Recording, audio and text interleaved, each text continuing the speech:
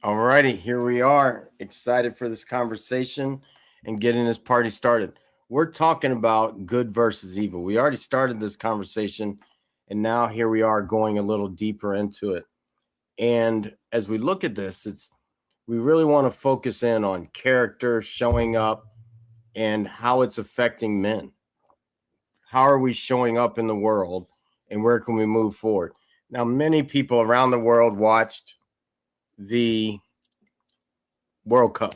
I mean, I'm a soccer guy. I played soccer at Purdue for 4 years, and so it's been football, as most people call it. But when I went to football, American football, I had to transition the language to fit both worlds, and so there's many things that we got to see, and I love sports because sports often shows us where we're going. So the all of the amazing things that took place in it. I'm excited for the possibility of where we're going in humanity and look forward to this conversation on delivering that as we all look deeper within. So let's get started. Peace. When I am asked to speak, I embrace the calling. It is my responsibility to make sure to leave everyone inspired to elevate in all aspects of life. In the 26 states and 10 countries, it has been my energy that is infectious and magical. The impact elevates everyone to new heights. It's time to conquer our challenges. Relationships across the board, communication gaps, fear of the unknown, limited beliefs in all that holds us hostage in life. The path to power is peace, and peace is the power to live by. The unique perspective that I bring to the table inspires all, professionals, executives, students, coaches, and athletes, to reach their highest potential. That is why I, Sid McNairy, am known as the secret weapon. Whether it is tackling mental health issues, success in business, or winning at life, every moment counts. Get ready to receive the tools to win. It's time to win at everything. Let's connect today. Peace. Hello, my name is Miles. Discover a powerful journey of resilience, purpose, and spiritual growth in the autobiography of a human by Sid McNairy. In this compelling autobiography, McNairy shares the personal challenges and triumphs that shaped his path to success while offering insight for professionals seeking deeper meaning and balance in their own lives. Drawing from his experiences growing up Catholic, participating in indigenous vision quests, and studying the Buddhist path, he reveals how diverse spiritual traditions ultimately guide us toward the same destination, connection with the Creator and our highest selves. Through practices such as meditation, yoga, and spirit medicine, McNairy demonstrates how life's victories and hardships can become opportunities for growth, self-discovery, and lasting peace. The autobiography of a human is more than a memoir. It is an inspiring reflection for professionals striving to align purpose, personal development, and inner clarity. Available now on Amazon, this transformative story invites readers to reflect, grow, and step confidently onto their own path of self-discovery and peace.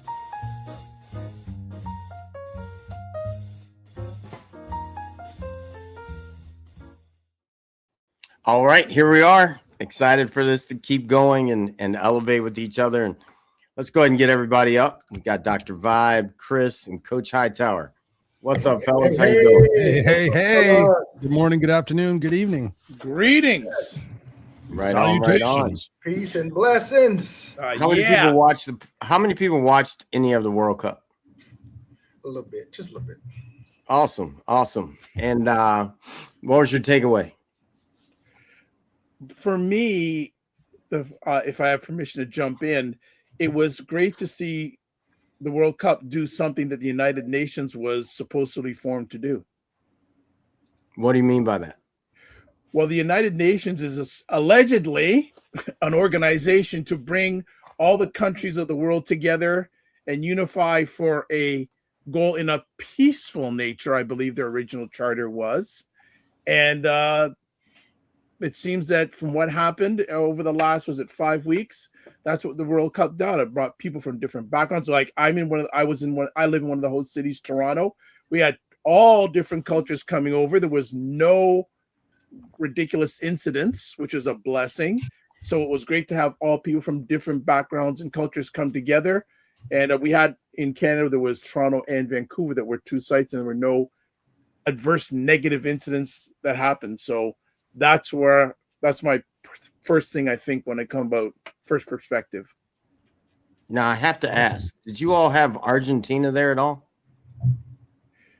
Did we? No, did we have? I think we did. I'm not 100%. I think we did. I can double check on that. I know we had Ronaldo. I know we had him. Oh, then you didn't have Argentina because okay, then we didn't. Came so from the other brand. Ronaldo, yes, I know Ronaldo. I had, so we didn't have Argentina, but it got down to the point. A lot of people, when it got down to the finals, it was anybody but Argentina. People didn't want it, but that's a whole other conversation.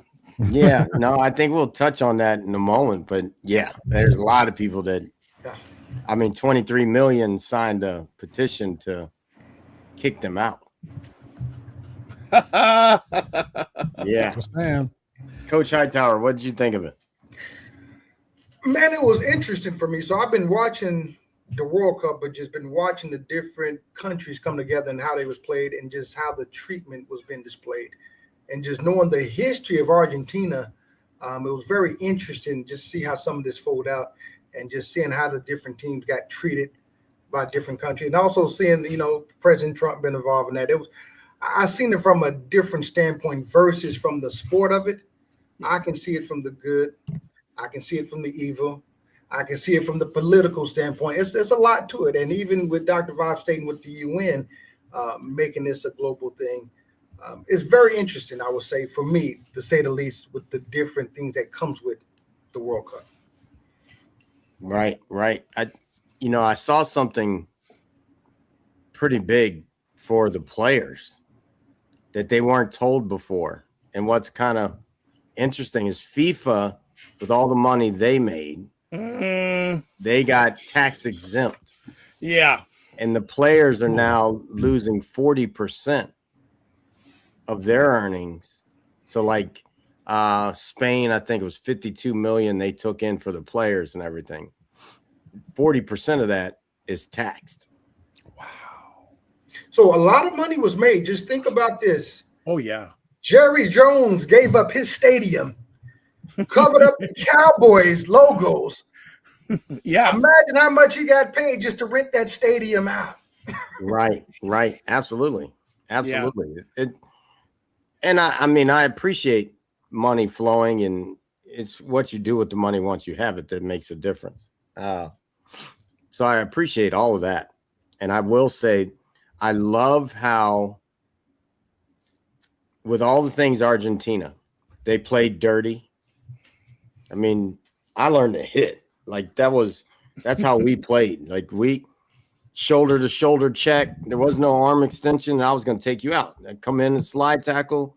You're going to flip, but I was going to get the ball before you even realized that I was hitting you. Like that was real for me as all those years that I played. And so to watch Argentina play and not get called until the finals, where people started voicing their opinion, and these companies are now watching Instagram and all these different platforms to see how people are reacting to things.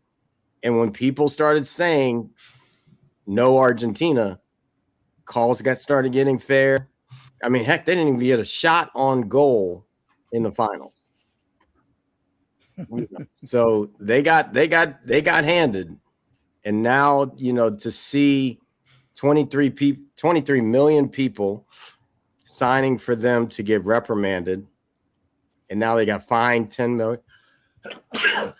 Bless you. They got fined 10 million as a club. The players got fines and all types of stuff, and they may be out for a while. Like that.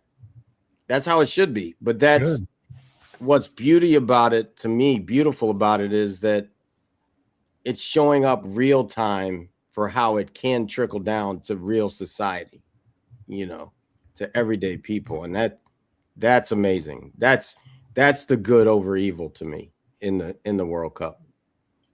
Yeah, it's nice to see. It's nice to see that accountability in real time, because so oftentimes we can sit there and cite different situations that have happened, even in the current administration here in the United States, where you're sitting there going, okay, what's the accountability? We've joked around here, you know, release the files. Like, where is that accountability? And it makes you think like, okay, well, why should I stick to the rules? But seeing this firsthand and seeing people say, no, we're not going to accept this. This is not tolerable, is a beautiful thing. I mean, it's wild. It's wild to watch the young 19-year-old from, I don't want to butcher his name, from Spain, walk up, and then all of a sudden he realized, wait a minute, the next person's about to shake my hand is our president, and he just pulled his hand away. I mean, it's real. It's like, now you got to actually look at people, look at you, and say no to you. No, I don't want to be involved with you because of all the different things, whatever's going on in that kid's mind. That to me is just a beautiful thing to watch. That's good over evil. When good people can stand up and say, nah, this just isn't good enough. You're not representing anything that I want to be part of. So don't put your hand near me because I don't want your energy. That's impressive. Yeah. It's impressive. It's really about your values and your standards. When I was thinking about this conversation, good versus evil, like I always go back to what's the root, what's the base of where this comes from. And it really is about your personal integrity, right? And sitting there thinking about, you know, sportsmanship. I mean, I was involved in sports when I was younger, but sportsmanship really is got its set of values and integrity that we're going to come out here. We're going to give our best, you know, against our opposing team, but we're going to operate within the guidelines, and we're going to operate with respect and compassion for our fellow team members that are on the other team, because we're all in this together. And to see what took place and hear about what took place, it's nice to know that the people have spoken and said, no, this is unacceptable. And I think that hopefully will trickle down to other people that have perhaps been thinking about bending the rules, going, you know what? No, I'm not going to do that. I'm going to hold myself to a higher standard. And I'd like to see that in all sectors of life, because when you hold yourself to a higher standard, it's pretty incredible what you stop tolerating and what you receive as a result of that. I like that. I did a little research. A lot of times I do some research where we have our conversations, and I want to just share some quick perspectives. Do I have permission? Yeah, go for it. So first, and building on what Chris just said, character is revealed in repetition, not slogans. It's not what a man says he believes. It's about what he consistently does when nobody is clapping. Also, good is practical, not performative. A good man is not perfect, but he's accountable, honest, and willing to correct himself. And also, too, men need spaces like this one where truth is spoken without shame. And the goal is not to attack men, but to challenge them to grow, heal, and lead better. So I just wanted to just share some of those perspectives before we move onward. Yeah, I love that. Excellent. I think that's Great job. Yes. I really like that one. Character is built on repetition, not slogans. Yeah. And I think it's more, for me, as you said that, I put in parentheses, it's not just built, it's revealed. You're like, you've already built your character from the things you've done in the past. But as you keep doing it, your character is actually revealed. Because I look at, and so for me, when I speak about these things, it's not political for me. I'm sharing it because we have somebody that everybody sees right now. And many people that even voted in the beginning for the person, they voted for what he said he was going to do. Now his character's been revealed and they no longer support that. And that's awesome to me. Like, we gotta, because you can sit here and say you're going to stop sex trafficking and then find out you're actually party to it. Your character is revealed over time. And that's, you know, I just appreciate that.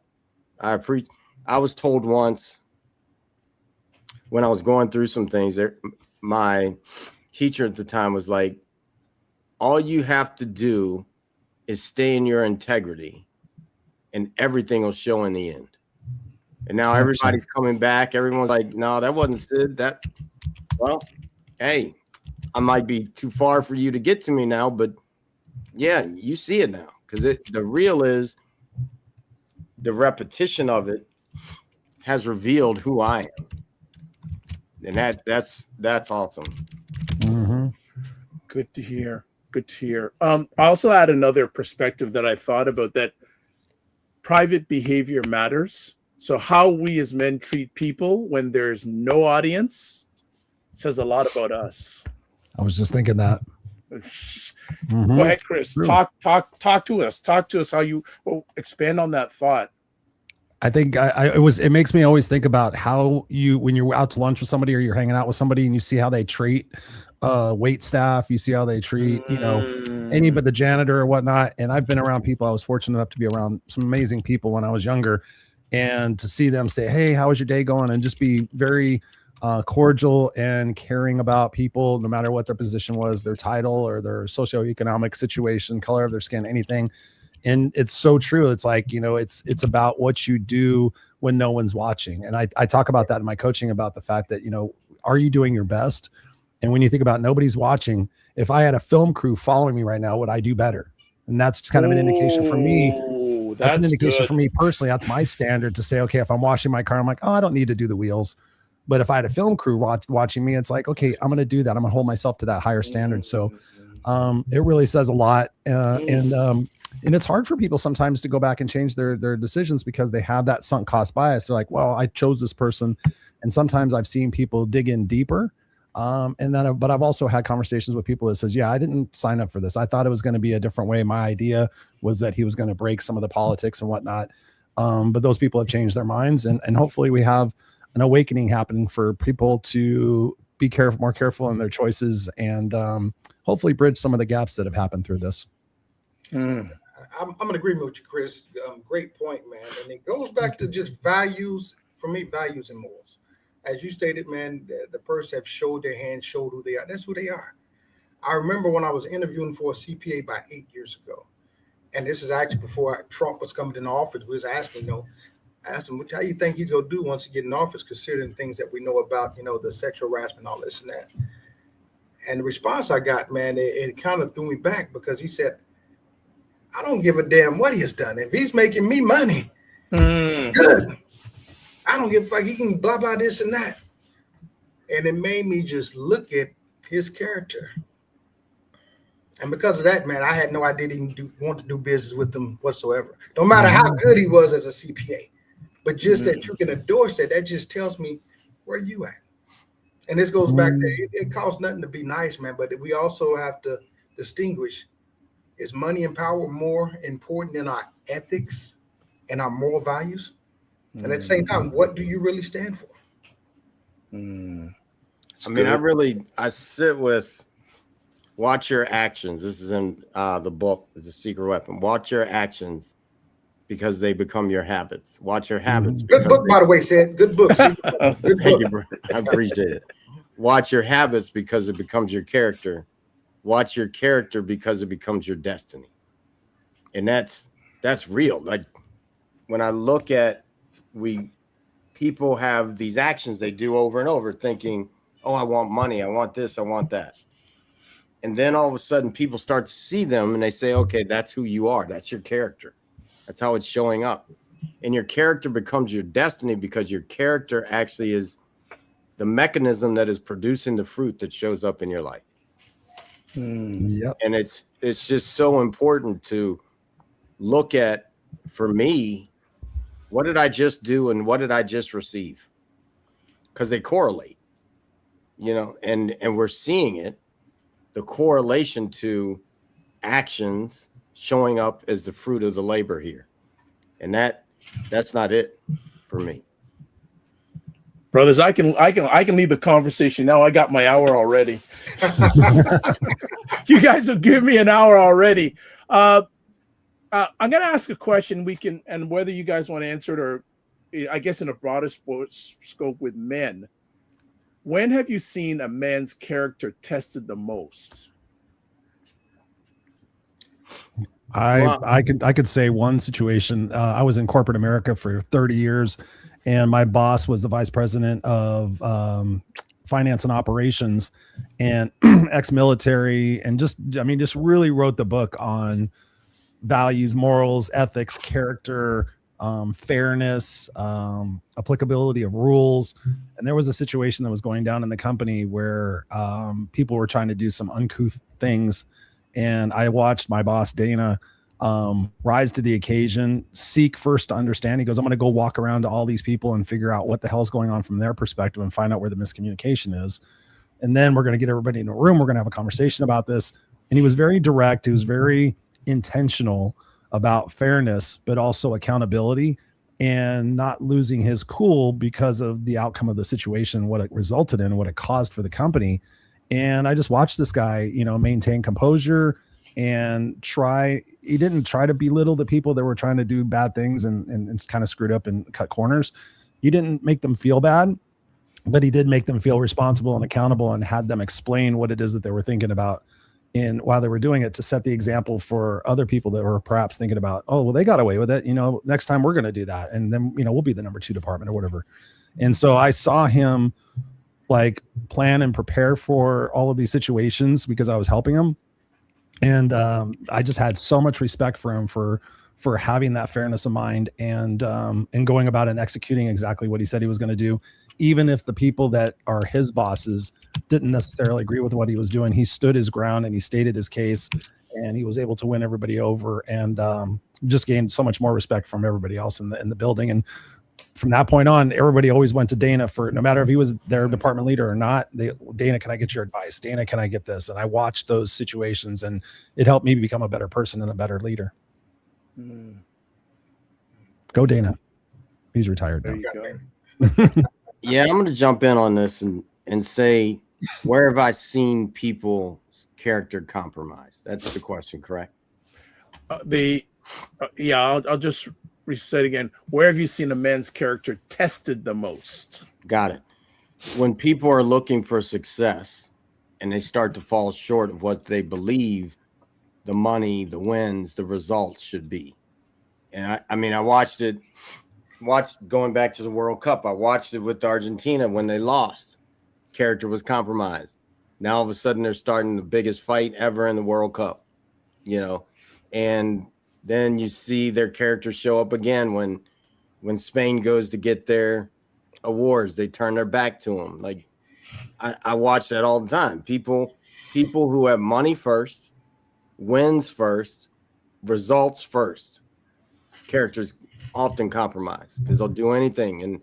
And I've been there. Like I'm 458 wins as an athlete and 98 losses. Now, fortunately, if I compromised any of that, my character, you didn't play. Fortunately, I had coaches like that it didn't matter if you were the best or the worst. You didn't suit up. So then the result was never, ever compromised for me because that was going to get you benched quicker than playing bad. And so I live from that place, and I see it often with people that results compromise when the worldly thing, which is results, and then when I define success for myself, it's success is inner peace through all things. It's not about the wins or losses, because success looks like, if I lose, can I still have peace and figure it out to be better next? Yes. And that's and losing can be money, can be actually scoreboards or whatever. It can be my wife, is she happy with me or not? Or my children in that way. And that's when it makes a difference, is that inner peace at all times through all moments. Nice. And that's true. I mean, at the end of the day, we all have to lay our head on the pillow. And this is something I teach people, is like, will you go to bed tonight feeling proud and feeling accomplished for the choices and the decisions that you made when no one was watching, right? And thinking about that. And I know for myself, there have been times in my life where I was around people that didn't follow the rules, that broke the rules, that were criminals and doing all sorts of things. And sometimes I was, in the wrong place at the wrong time. And it allowed me to see two different variations of what humanity can bring.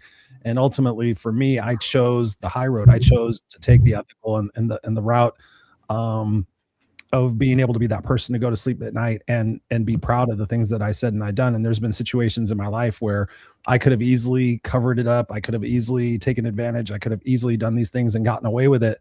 And you're at that fork in the road. And for me, it was a no-brainer. It was like, okay, there is that option. However, I want to be able to love and trust myself. And if ever it comes out, I don't want people to lose faith and belief in me, because that matters to me. Right. And it matters more to me than the win. It matters more to me than the fame or whatever it might've been at that moment.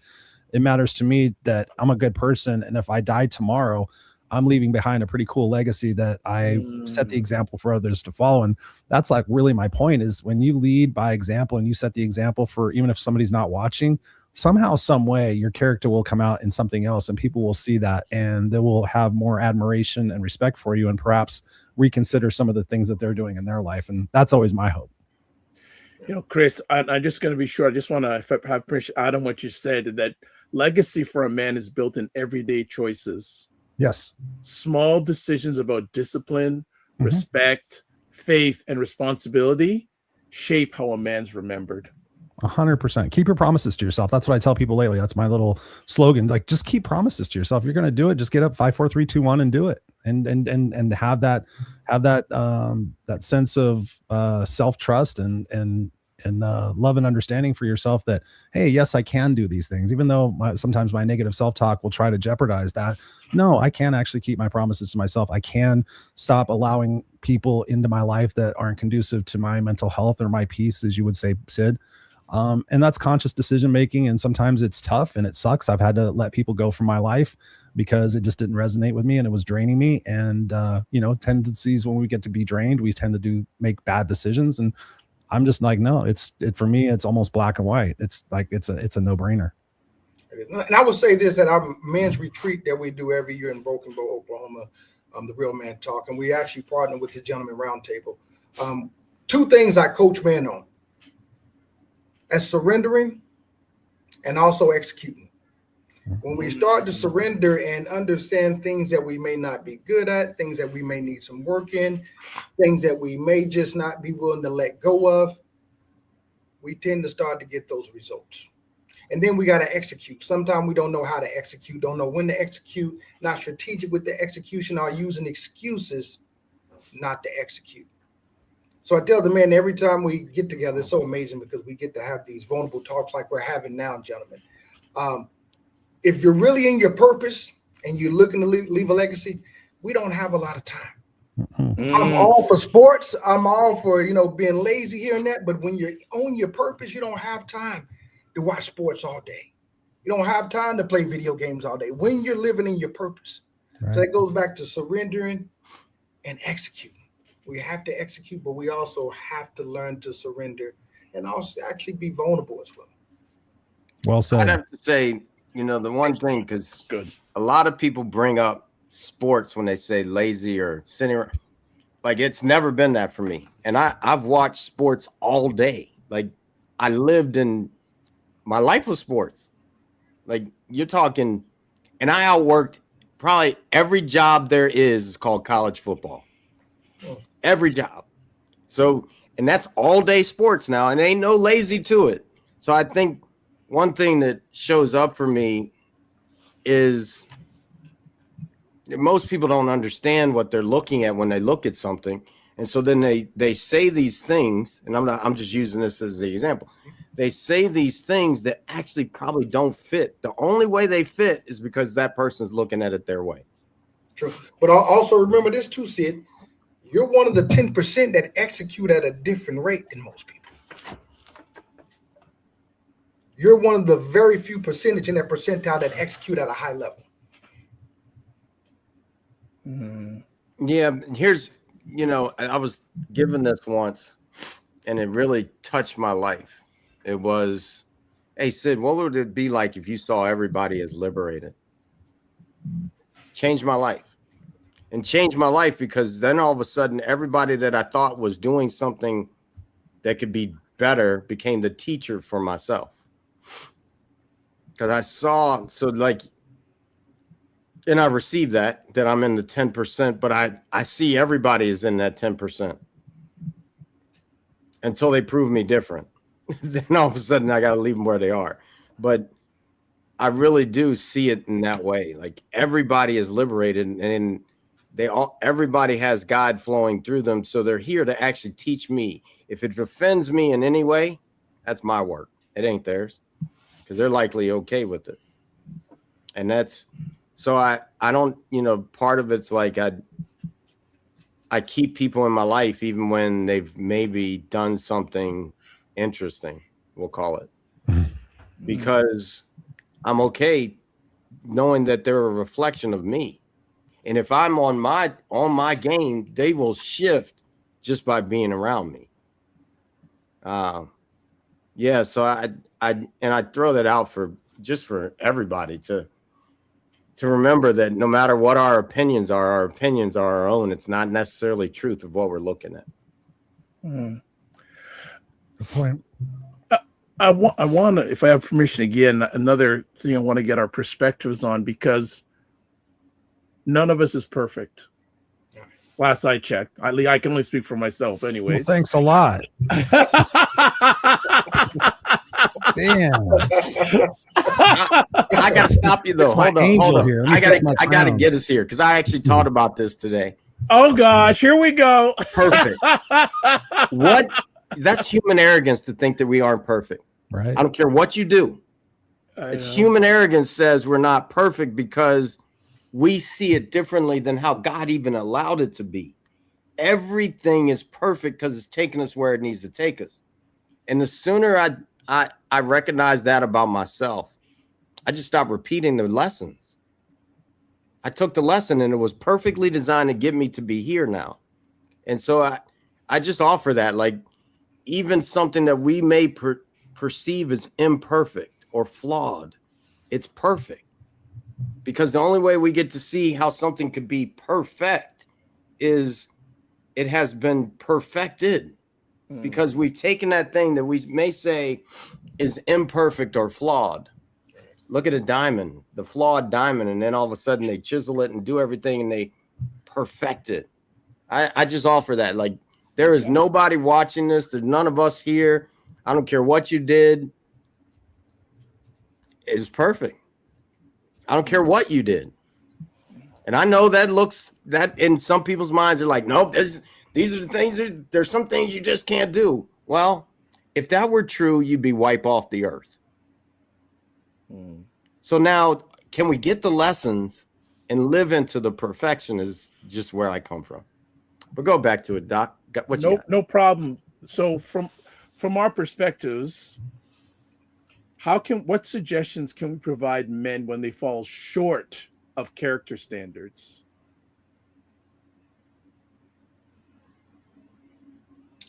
That would be easy for me. I mean, I think about in terms of the people in my life that I respect and admire, real people in my life, also famous people. But there are two men in my life, actually three men in my life that are no longer here. And I just think, what would Dana do? What would Bill do?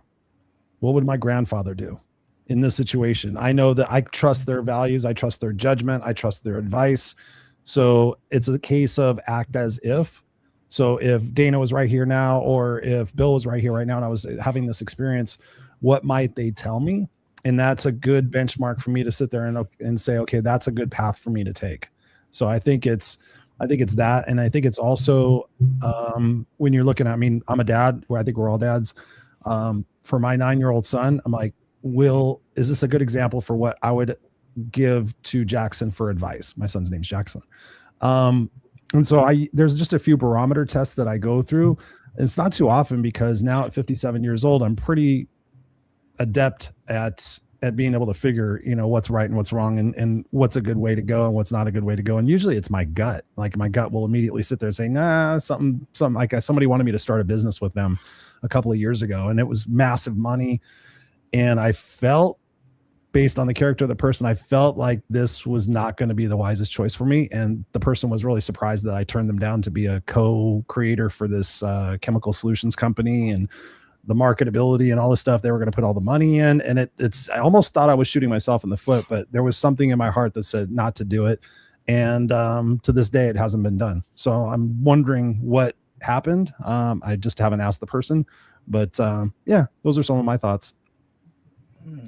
Well, I would say everything is energy, man. Great question, Dr. Vibe. And what I tell men, I think the data is 15% of men suffer in isolation. And I tend to find, even when we're talking about sports, man, we thrive together, being part of that brotherhood, that wolf pack, that team. And when men start to separate and isolate, that's where the issue's coming at. So I always tell men, find that community that you want to be with. Find those people that you inspire, that you want to, achieve certain status and things that you want to do. But it goes back to having that community. If not, man, I tend to find when I'm coaching and consulting men that they tend to deal with things on their own. And they're kind of on an island by themselves. Before you know it, they're creating issues that didn't have to be issues. As long as we stay within that wolf pack, as well as tuning into things such as the men's circle right here.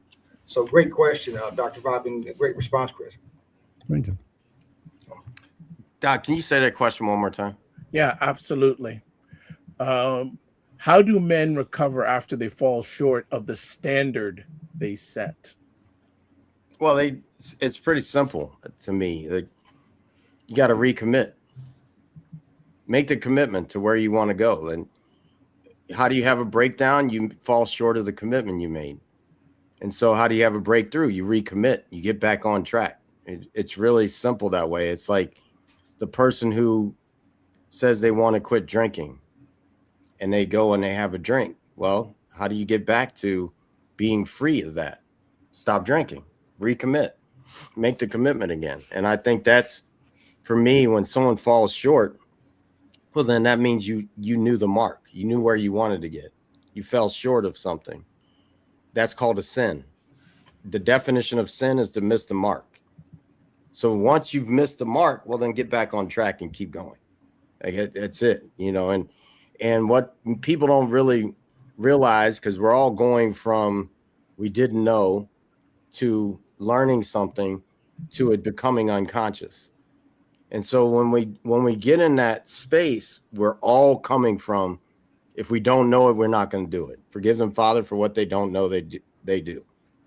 And then all of a sudden it becomes, get into it, recommit, and get going. And if you sin, get back in. It really, we've kind of made this stuff so hard because we think about it too much. When it's just called, all right, if you knew the mark, then you got to get on it. That's it. Just recommit. And it's okay if you fall short. It's perfect because it shows you where you want to go. I think that level of freedom in your mind is how somebody gets there. It's so true. I mean, when people ask me about success and happiness and whatnot, I tell them, and they're surprised to hear this sometimes if they know me, that I have failed more times than I've succeeded. I have stuck my foot in my mouth more times than I've said intelligent things, but I keep getting back up. I keep re-energizing myself to say, okay, that wasn't a failure or a mistake. That was a learning opportunity. And sometimes we have to reframe some of the things that we're doing in order to have that perspective, to not shoot ourselves in the foot with constant negativity, constant judgment. It's about that falling down and getting back up, and then realizing that we are powerful people and that we are adaptable, we're malleable, and that really, going back to the book we talk about sometimes, is iron sharpens iron. And so you got to make sure that your circle of influence, like we have here, and we all have in our private lives, that our circle of influence supports that and allows us that safe space to say, man, did I screw the pooch today? Oh my God. And being able to have people pour into you and say, hey, that's not a big deal. Tomorrow's a brand new day. You're going to be able to get back up, and you're going to realize this is a way that not to do it. And so I always encourage people, like, fail your way to success, take imperfect action, and recognize that it's all part of that growth process. Because I personally wouldn't be sitting here having this conversation with you guys today had I not made so many mistakes and blunders and trip ups and whatever it might have been But because of my tenacity, I am very successful and very happy. Great job. Great job. Glad to hear that. Thank you. Well said, Chris. Well said. Wow. That's good. That's good. Thank you. That's good. That's good. You know, I like that Dr. Vibe polices the comments, but there was this comment, and comments don't bother me. Why? Because it usually says everything about the person commenting and nothing about what we're talking about. When these comments come up, kind of interesting. And one comment came up about coaching and coaching black kids and how it's hard. That's never been a truth for me. And if you look at professional sports, ain't a truth for a lot of people. Like, just get real about it. If it's hard, it's because you have no concept of actually working with a person. And so that I really see things like that. Like, if it's hard on me, it's because of me. It has nothing to do with everything out here. Like, I can walk into anything. I can walk into David Duke's restaurant in Alabama. If you don't know who David Duke is, he's KKK leader. I could walk in there and make friends. Why? Because it's not hard for me. Because typically when I walk into something, the only reason people are behaving in this weird way is because they're ignorant. And so then I'm here to, all right, I'm here to enlighten you, to give you, and enlighten means we're all enlightened. If you're watching this, you have the light in you. Now, your level of enlightenment may say a whole nother thing, but enlightenment to the highest is turning the light all the way up. And that's it. Like, so when I hear some of these people say these ignorant things, it's like, all right, that's okay. Nobody taught you the light. Nobody brought the light to you. And guess what? What I love about being me is people get upset, and I know I'm the peace inside, and so they usually get even more upset. It just is what it is. All right, well, you're gonna either be miserable or get over it. Like, it's real, you know. So I really feel like when I look at men, and as this is a men's circle, just start being men. And what does it look like to be a man? Like, whatever that looks like in your mind. Like, for me, I've never had a gun. I know I won't need a gun. I'm free of guns. Why? Because I only bring into my life that. And I live in a place where I've never seen anybody walking around with one. I probably will today because I just said it. But outside of that, like, it's okay. And I know people do because they talk about it all the time. People they see. It's just not in my reality. Raise your vibration if you don't like what you see. Your frequency is what you frequently see in life. Preach, brother, preach. And so when are you going to take ownership of that for yourself? Whoever you are, whoever needs to hear that, take ownership for your life. Why do you have a number of diseases? Because you drove yourself there. Drive yourself out of it. I see that Mark has a question for us, and I know Chris has to listen. So go for it. You can read it. So question question, from Mark says, Sid, Coach Hightower, Dr. Vibe, and Chris, what tools do you use to encourage someone to keep moving forward and not dwell on the mistakes during the process? You can't drive a car by continually looking in the rearview mirror. Chris, rock with that, baby. Well, thank you, Mr. Mark Gassard. He's a personal friend of mine. We've known each other for quite some time here on the Facebook world. So thank you, Mr. Peachtree. Tools to keep moving forward and not dwell on mistakes. Again, going back to what I just said a few moments ago, I don't consider them really mistakes. I consider them stepping stones or learning opportunities. So I've learned in my life that, yeah, that thing didn't go the way I wanted it to, or yeah, I could have done better, or I could have planned better, or whatever it might be. I just personally use it as a game plan, if you will, to sit there and say, okay, the next time I'm faced with this particular situation, I'm going to choose the path that perhaps my gut thought I was supposed to do, or what I knew was the right thing, but I was going for the fast thing, whatever it might have been in that situation. But I look at it as an opportunity to refine my decision-making process. And in some situations, if I'm finding it hard to move on, or I'm really kind of stuck on it, is I will reach out to my mentors and say, hey, there's a situation that happened. What are some of your perspectives and observations and suggestions for me to shift that perspective about that? So I always have people in my corner that I can go refer to, but I really don't look at it as a mistake unless I repeat it often, repeatedly. And most of the time I don't do that. But yeah, I will seek out help, or I will look at it on how I can reframe that to be a positive. And all of the quote unquote mistakes that I've made in my life have allowed me to sharpen my pencil, if you will, whatever, if it was personal relationships, professional relationships, negotiation, coaching, whatever it might have been, those, because of those situations, it allowed me to become that much stronger for having experienced that. And so that's the way I look at it. In a weird way, I look at failures and mistakes and things of that nature as my opportunity to even become stronger and better in whatever it is that I'm doing. Especially as a parent, I probably made more mistakes, I guess, that I apologize for, but it also makes me that much more compassionate, makes me that much more patient, that makes me that much more understanding, because those situations occurred. Man, great point, Chris. And I like that you stated you seek out help, and then you also reframe the way you're looking at it. I will go a step further and add, and those are great tools. One, you have to give yourself grace. And you have to get over yourself. We all make mistakes. And this is actually all right, Chris. Love you guys. Thank you. Sorry, I got to run to an appointment. Thank you guys. Take care. All right. But this is part of the journey. You're going to make mistakes. Give yourself grace. Look at what it was that you made mistakes to see how you cannot make that same mistakes, but you got to keep moving. Bottom line, you have to give yourself grace. And what's up there, Dr. T? I see Dr. T in the comments. Dr. Tachi. Doc Chi. But you have to continue to move. Do not let that mistake slow you down and stop you, because that kind of goes into the enemy's hand. He wants you to stop moving. He wants you to stop producing. You got to keep moving. Give yourself grace and keep moving.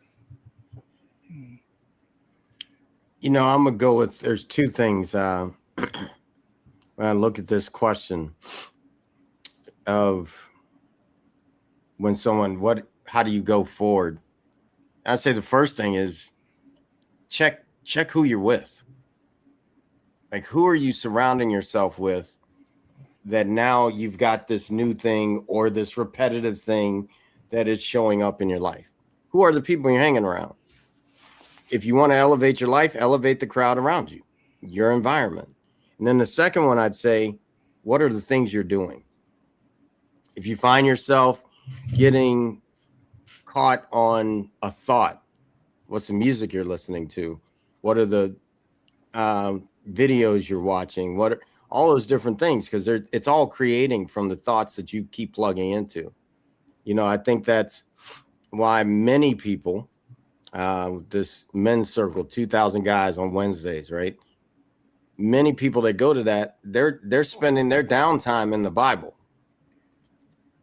So a lot of things in their life are elevated because that's a book that consistently talks about elevating your life in some way or shifting in some way. Now, you could get caught on some things, even in the Bible, that could take you down a rabbit hole that you don't want to go.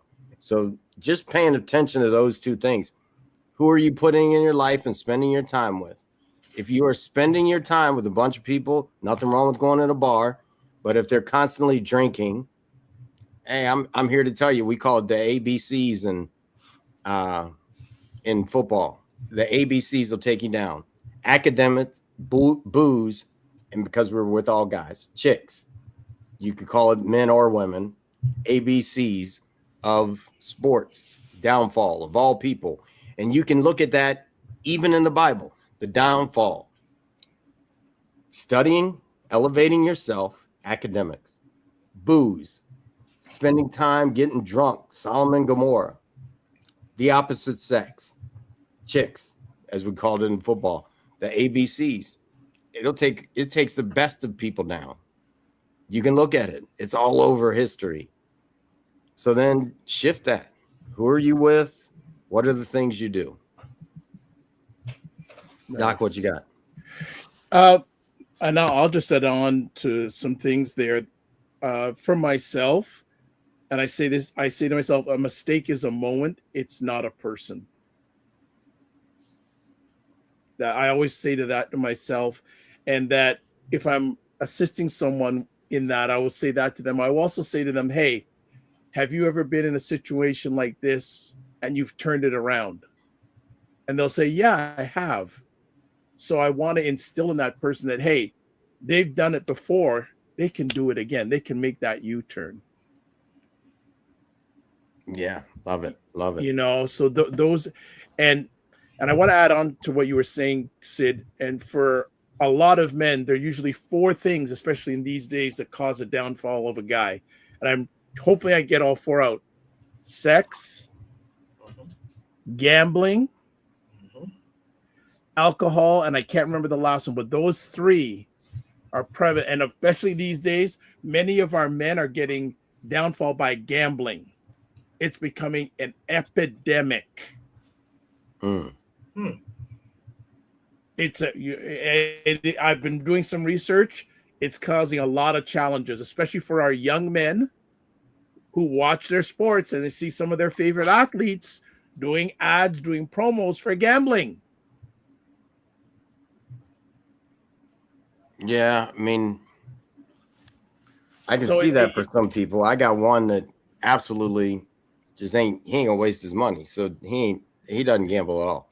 Then Well, I there got you go. one that makes sure he earns just a little bit more so he can put it in to see if, but he's willing to lose it. Okay, You know. I'll give the 4: sex, drugs, alcohol, gambling. One of those, a number of men causes a downfall.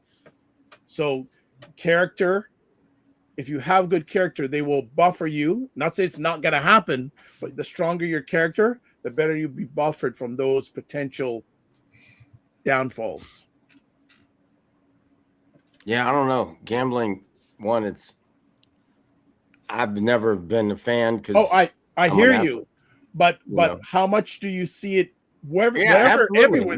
You got the supposed king of basketball sponsoring. Thank you. Yeah, that doesn't even make any sense in my brain. Like, hold up, man. But see, again, it's working on our character. I'm definitely never betting on his games. Right.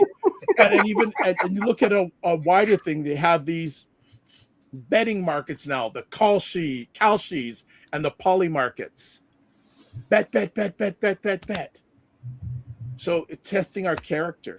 So I didn't want to take the conversation that far, but you would introduce some of these challenges that I just wanted to add on. So I'm completely there. One thing, my coach when I was younger, because I started Division I coaching, which at 24 years old. So all of a sudden, and I'm not sure that I would give myself a job just because you're 24, you're walking around on a campus, and it's like, I didn't know what kind of power that really looked like. Right? Like at 30, I'm a coordinator walking around on these campuses, and it's like, hey, everybody on the campus, like our head coach was 31.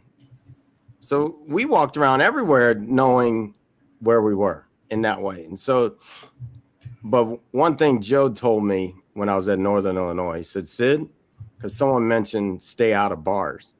Joe didn't say that. He didn't say that at all. He said, Sid, you want to go to the bars? Take your wife. You go to the bar, no one's going to say anything when they say he's with his wife. And that's been my deal ever since. Like, all right, if I'm going somewhere, Liz is with me all the time. Like, what do you mean I was hitting on you? I'm sitting with my wife. I'm good. No, there wasn't anything like that. And so I don't, we go into bars all the time. And now I haven't drank in 20 years. Great job. But great job. I can go in anywhere. It doesn't bother me because I'm in me. Like, I'm going to be in my integrity no matter where I walk in. And I think that part of why people fall is it's so easy for the dark lord, the devil, the negative energy to say, hey, here you go. You'll feel better this way. So they instantly throw it away. It's not worth enough to them, but that's okay. That's perfect. It's perfect in that way because you fall enough, you just stop wanting to fall. Like, so you have to fall. Like, some people just have to fall. Like, I was one. Hey, I know we love our music. There was an old song by New Edition called "Can You Stand the Rain?" Right. Absolutely. Yeah, but we know what their reign was happening. They were in it. They were in it with the football players and everybody else. It was real. Good stuff. Thank you, Mark. Thank you, Mark. Yeah, Mark, thank you. Thank you. And Barney, great comments. Hey, Mark, where's your kid coaching? Love to hear that. Yeah, I love that I went through, man, I've just been through it, right? Like, I coached football.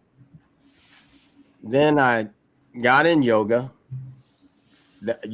And I taught classes with thousands of people. So, and you only have like 10 guys. Now you do the math. Like, it's real. Like, you could be the ugliest person in the world. Somebody's going to think you look good. That's just the way it was. And so, and then I went into performing on stages as a singer. And I thought I had seen it all till someone threw off their top and was just standing in front, everything off. Like, so, and fortunately, like I said, take your wife. No, you ducked. That's fortunately right next to her, right? You with ducked. her shirt on. And I was like, okay, cool. I'm just gonna look at my wife because otherwise I can't even sing because this seems so weird. So I'm just looking at my wife the whole time, and my wife's looking at her, laughing and smiling, and they're high fiving. I'm like, this is just strange. It's okay. Like, I really feel like as soon as we get over and allow ourselves a space to be like, okay, this thing just happened and I don't have to participate in it. Just start and make choices. Don't give it power, because if you give it power, it's got power over you. I don't give these things power. I just can't do that. And I think you gentlemen put it best with the power in regards to that energy, and also surrounding yourself with, good people and good energy that you want to be around. If not, you can find yourself drifting in these areas. And great point, Dr. Bob. Them was a lot of the areas that men, suffer in. When I'm coaching men, it's usually one of those areas. If not, it's a multiple of those areas. Yeah. And that goes back to, discipline, self-control. This is part of the journey. As Sid stated, and I heard Chris stated, we all have fallen. But you got to keep moving, and we have to avoid those things that's pulling us away. I have to say, if you haven't fallen, you ain't living. Yeah, true. Like, you're not on earth. Facts. Like, well, I mean, in Christianity, they say everybody's a sinner. So if you haven't fallen, you just don't even know that you likely fell a few steps ago. You just don't see it. Yeah, I think the sooner we get to life isn't hard. People want to make it hard, right? Like, because everybody goes through something, and you can find people that are just at peace with whatever the something is that comes up and keep moving. Like, for me, it's like, all right, if something shows up that's, all right, that doesn't feel solid, I'm just doing something else and I'm not repeating it. So I never say I'm sorry, because I am, two most important words in the English language, whatever you put after it, you become. So you will, I know I just said it because I'm only because I'm teaching, I'm going to delete it out of my brain, but I am, and putting that word sorry behind just doesn't work for me. So I apologize, and I instantly change my behavior. And I don't take my action that caused me to have to apologize as a bad thing. I just figured out where I want to go from here forward. And that's it. Just recalibrate, and go. The alignment is the assignment. So if I know what I need to align to, that's my assignment all the time. Just keep aligning to it. I had enough failed relationships to realize I wanted a good one. And I changed the direction of it. It's not rocket science. I just said, no, those actions that I was doing kept getting me to the place that I didn't want to go. Let me just stop doing that. But I'll also keep in perspective, said, I love the awareness and what you just spoke about. We have to be careful to the words that we use. As you stated, you broke that down. I am. When we start saying things such as sorry, you're actually putting a spell on yourself. That goes back to good and evil. We have to be careful with the words that we use. Most people, when they hear me, I always say grand rising. I don't believe in saying good morning, understanding what it really means in regards to morning. Nobody wants to wake up morning anything, but we do want to be up, rise, and feeling alive and vibrant. So words are very important, and thank you for reminding of us of that, Sid. You know, and I think we also have to look at, there's a, I'm going to go back to the comment. Staying involved with church activities can help. Yes, very much. And I like that you said can help, because we have plenty of people in church that have fallen to some weirdness. And we can go to the Catholic Church. We can go to all the churches. That's the thing. Like, I think that when we get in this space of like, okay, I'm putting these blinders on and the devil doesn't live here. The devil lives everywhere the goodness is happening. Everywhere. Yes. It would like to, you want to know, the devil probably knows the Bible better than any of us. Like, it really does. Because then it's like, oh, you the truth will set you free. Let me give you this truth. This thing feels good. And you're right. Good and evil does exist, Sid. And let's not forget, and the Bible speaks about this, Satan himself still has access to heaven.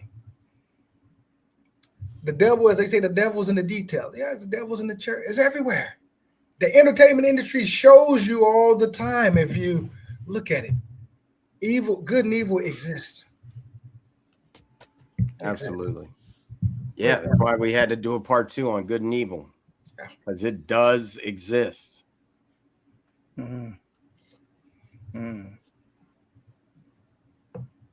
So with the church, I would say it can help, but once again, just reminding good and evil exist everywhere. You know, my Pastor Joby at 1122, he says this often, that because he's leading the church, he actually has to live it up stronger, because if he doesn't, it's coming. It really is. And that's everybody. And you know, I'm fortunate that the side trips happened when I was younger, when no one was really looking. Like, yeah, I'm not even going to get into it. And now it's like, all right, everybody's looking. Well, half the time I'm at home alone, because I don't even want to be in it unless I'm out there delivering a message, being with people because they need it. I'm just good staying out of it. You know, I think it's just important that way. So, and making sure that I have a bunch of solid dudes in my life. This is a men's circle. I got awesome women in my life too, but you better have some solid dudes in your life. Otherwise, you're gonna be in. If you don't have solid dudes, then you got some weak dudes, and you're gonna be falling down that rabbit hole constantly. So that's what I got. You guys got anything to wrap it up?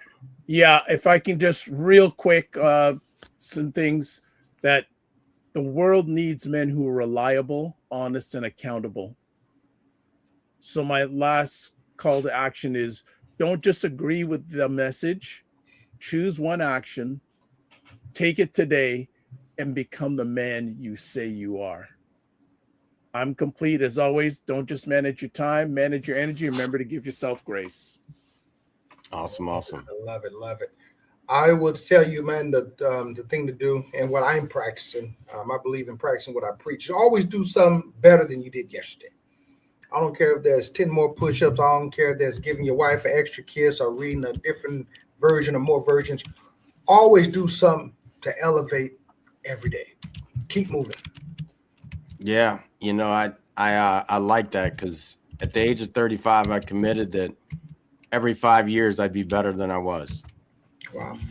And I've done that, and I just crossed one, right? Like, so I just crossed one of those 5-year markers, and that one pushed me to right now. I'm in this 5 years of, I'm so committed to knowing Jesus and the message and God and the Bible. That's my next marker.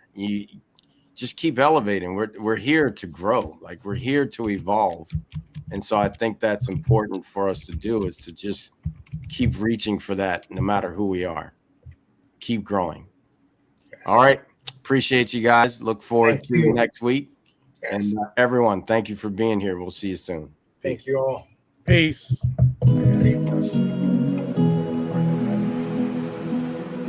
I've been at peace for so long. It seems like I've been sitting all alone. Would you know when the crew is coming through?